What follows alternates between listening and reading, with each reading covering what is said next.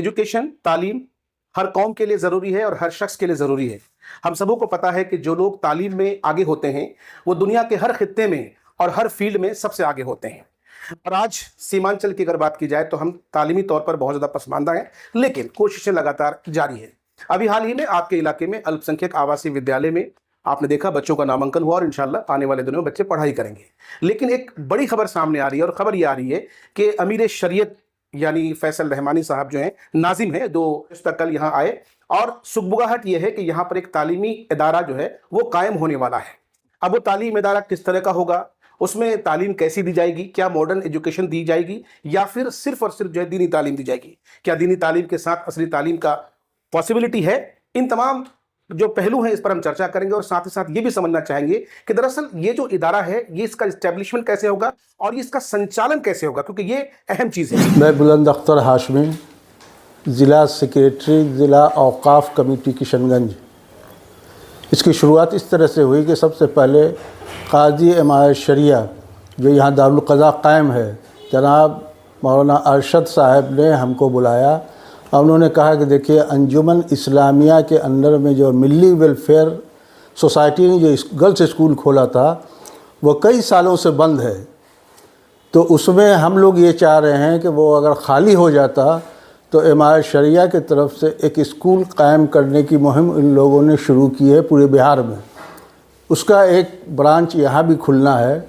जिसमें कि 8वीं, 9वीं, 10वीं, 11वीं इन 4 क्लासों के बच्चों को तालीम देने के लिए हम लोग चाह रहे हैं। इमारत शरिया ये चाह रही है। उनको हमने तफसील से बताया कि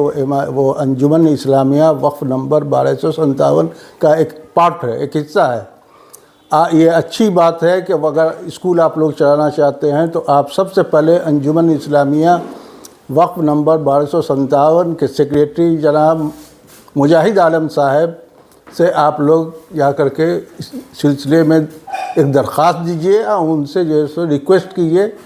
उनको समझाइए सारी बात। वो लोग यहाँ आए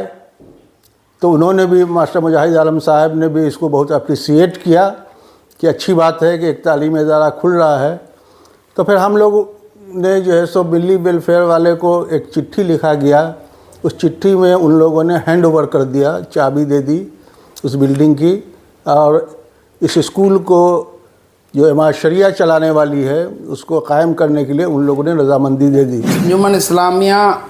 वक्फ स्टेट नंबर 1257 जिसकी ज़मीन कुतुबगंज चूड़ी पट्टी एरिया में, जहाँ पर मल्टीपर्पज़ बिल्डिंग G+3 बना है और पहले से जो कम्युनिटी हॉल है वहीं उसी कैंपस में एक बिल्डिंग है जो मैं समझता हूँ कि आज से 25 साल पहले मरहूम सांसद तस्लीमुद्दीन साहब के सांसद निधि से बनाया गया था और उस वक्त उस बिल्डिंग में मिल्लत गर्ल्स हाई स्कूल जो है वो चल रहा था। लेकिन पिछले कई सालों से कुछ हालात के कारण वो स्कूल बंद है और वहाँ पर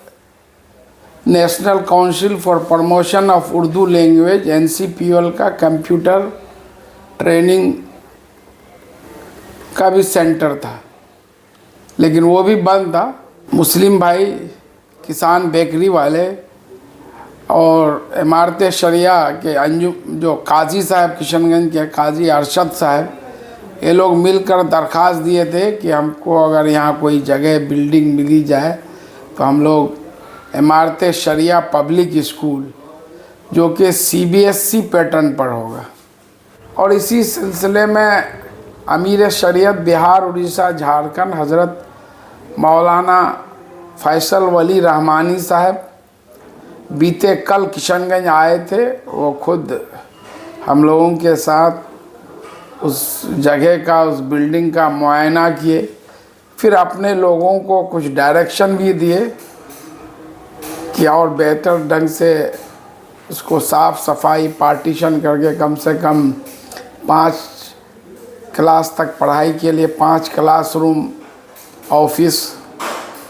तो डायरेक्शन दिए। तो हम लोग उम्मीद करते हैं जैसा हजरत से कल बात हुई, जो आने वाले जो शैक्षणिक सत्र है 2025-26 अप्रैल से शुरू होगा,